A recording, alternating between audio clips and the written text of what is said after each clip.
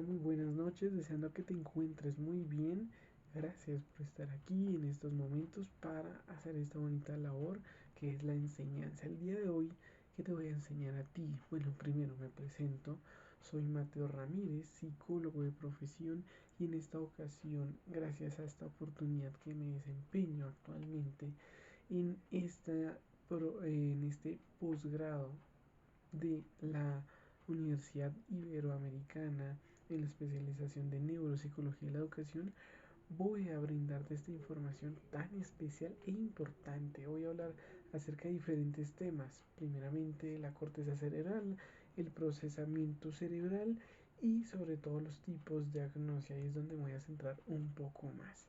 Bueno, en esta ocasión vamos a desarrollar este aprendizaje por medio de una conversación tipo podcast en donde inicialmente yo voy a hablar identificando diferentes temáticas, diferentes autores que más adelante voy a precisar.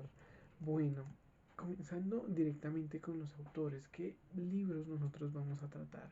Inicialmente vamos a tratar el libro de la introducción a la neuropsicología por Portellano, también el maravilloso libro de la neuropsicología clínica de Ardila y Rosselli y por último también el libro de la neuropsicología de Redolar, Ripoll, Blázquez y Aliste y González. Bueno, ahora sí, ya para comenzar vamos a hablar acerca de la corteza cerebral.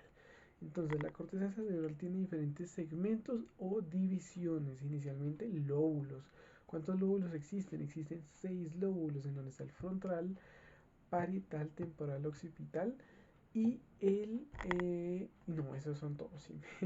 Y el límbico también, exactamente. Bien, entonces, en estos lóbulos, ¿por qué es necesario primero comenzar a hablar de estos lóbulos?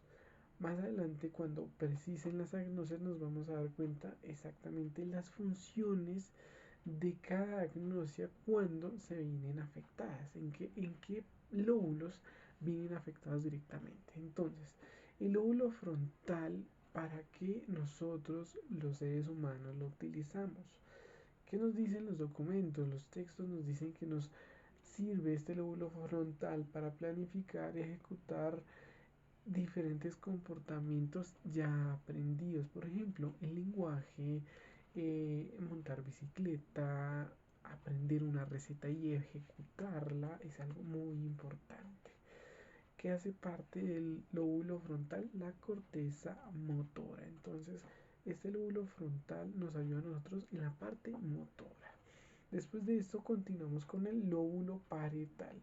En el lóbulo parietal está muy relacionado con la corteza somatosensitiva primaria. ¿Y qué es lo que quiere decir esto? Esta nos ayuda a reconocer o el reconocimiento y el recuerdo de la forma y las texturas.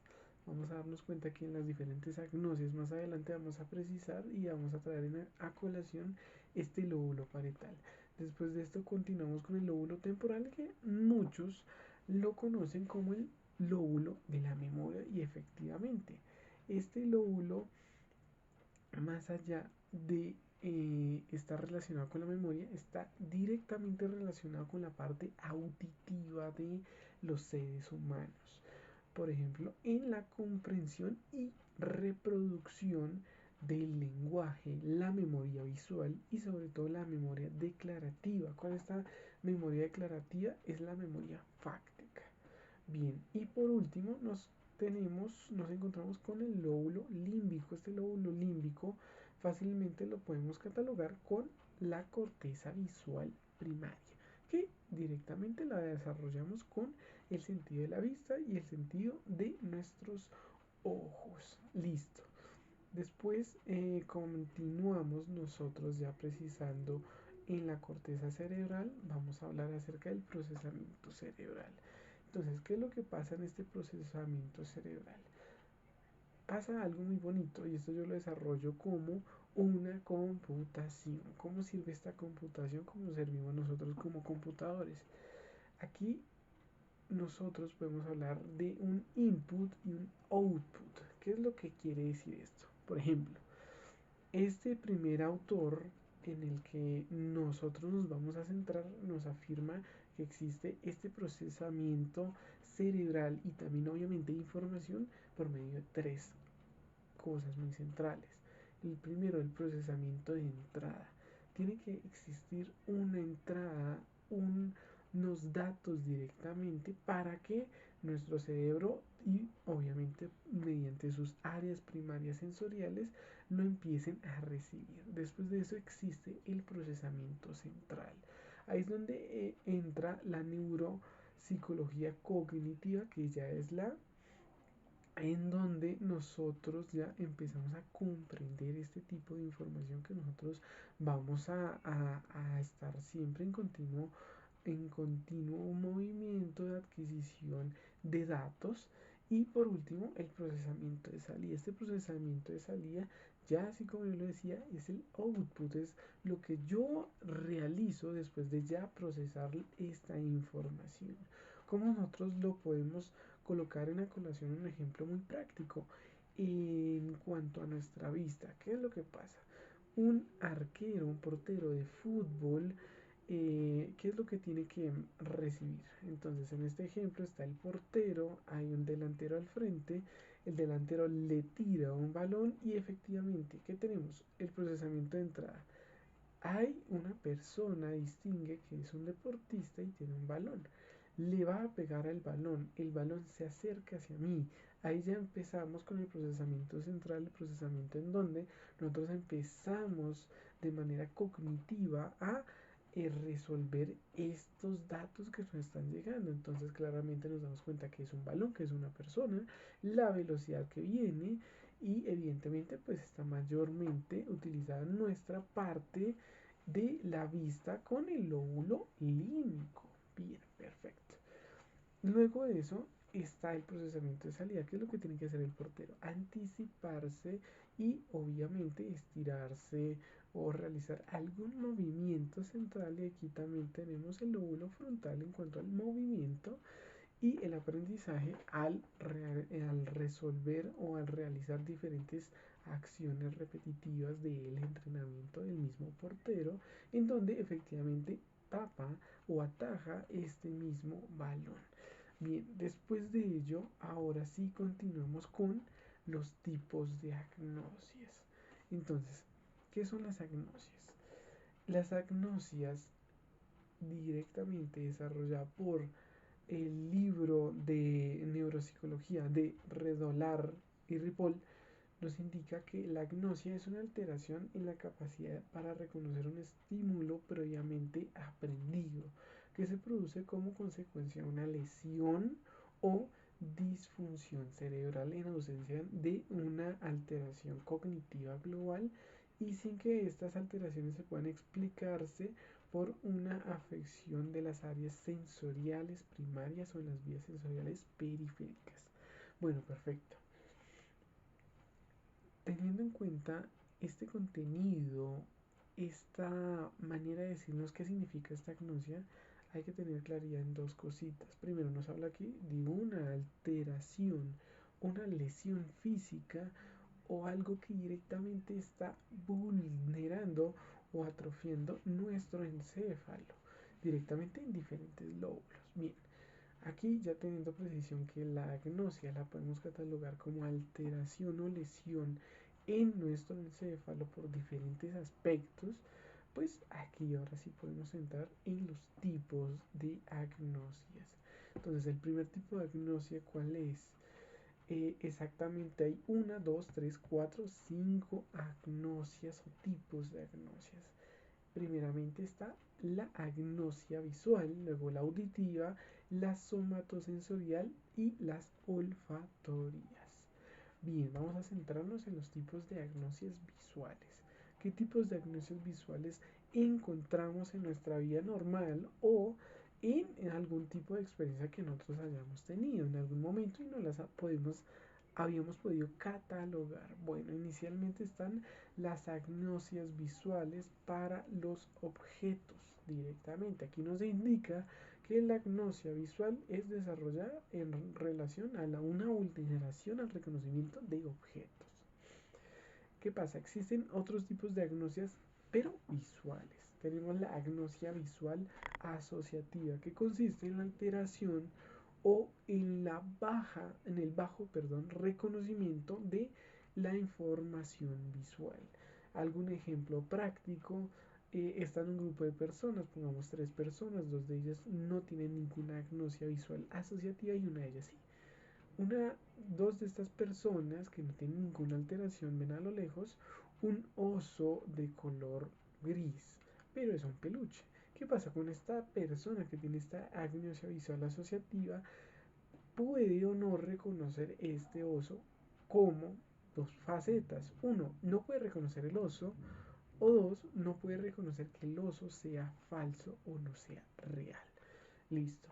Más adelante tenemos también otro tipo de agnosia que es la prosopagognosia, que es el déficit del reconocimiento de las caras familiares. Un ejemplo muy práctico, en un día una persona tiene una alteración, un golpe, vulneró su encéfalo, su cráneo y pues tuvo una alteración de este tipo y pues se levanta y al día de mañana pues ya no reconoce a su familia, no reconoce a las personas que pues normalmente ya reconocía. Y otro tipo de agnosia visual también está la agnosia para los colores. Esta agnosia tiene un nombre en particular que es la acromatopsia. Esta cromatopsia directamente nos indica que hay una falencia en cuanto a la agnosia, en cuanto a al reconocimiento, pero de los colores. Bien, después de eso encontramos las alteraciones visoespaciales. Aquí ya entran a jugar dos sentidos y también diferentes lóbulos, ¿no? Obviamente, porque también estamos hablando acerca de la parte motora en donde encontramos el lóbulo frontal. Bien, en esta alteración visoespacial o también visoconstructiva existe un síndrome y es el síndrome de Balint. Este síndrome, ¿por qué se da? Se da por diferentes alteraciones y en las habilidades de la atención y sobre todo de la percepción espacial. Entonces, normalmente, ¿cómo se puede catalogar? Y mundanamente, en diferentes clases, en diferentes aulas educativas, se puede discernir de que una persona o un niño en este caso tiene este tipo de agnosia, pero no, efectivamente no lo es porque tiene unas ciertas bases para categorizar esto. Nos dice que este síndrome es una alteración relacionada con la atención y la percepción espacial. Entonces, claramente si tiene una baja percepción espacial, evidentemente es muy fácil que tenga problemas en cuanto a su atención, en lograr una correcta atención en diferentes ámbitos de su vida normal. Listo, pasamos ahora a los tipos de agnosia auditivas. Los tipos de agnosia auditivas existe la sordera pura de palabras. Esta sordera pura de palabras hay que diferenciarla de la alteración en el área de Wernicke. ¿Por qué? Porque esta alteración es muy diferente porque está en la capacidad de repetir palabras o frases, perdón, no está en la capacidad, tiene una alteración en repetir palabras o frases. Y algo muy normal o un ejemplo muy práctico es en el dictado, que esta persona no pueda replicar estas mismas palabras directamente porque pues tiene una falencia en su reconocimiento. Hay que recordar muy bien, agnosia, reconocimiento, una falencia en ese reconocimiento. La agnosia auditiva para sonidos, obviamente discriminación de sonidos, tiene una falencia ahí también.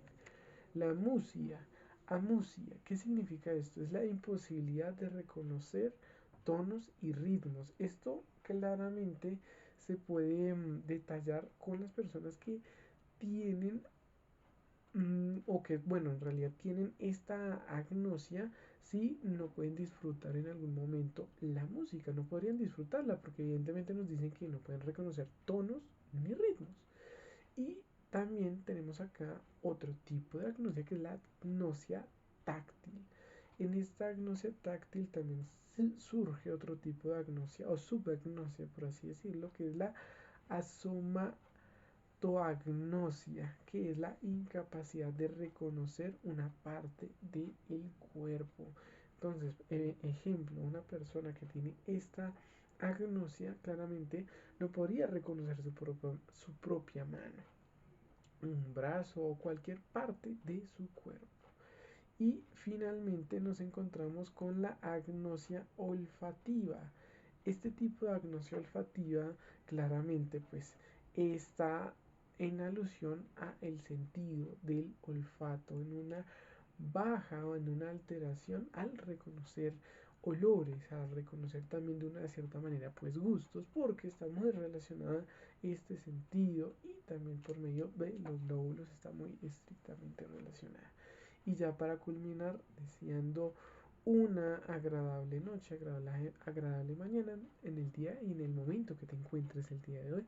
Te doy gracias por participar en esta oportunidad para enseñarte de cierta manera y enseñarme a mí también de una otra manera esta linda y hermosa función que también es el enseñar y también aprender. Bien, nuevamente expreso gratitud, que te encuentres muy bien y espero que hayas disfrutado este video. Hasta luego.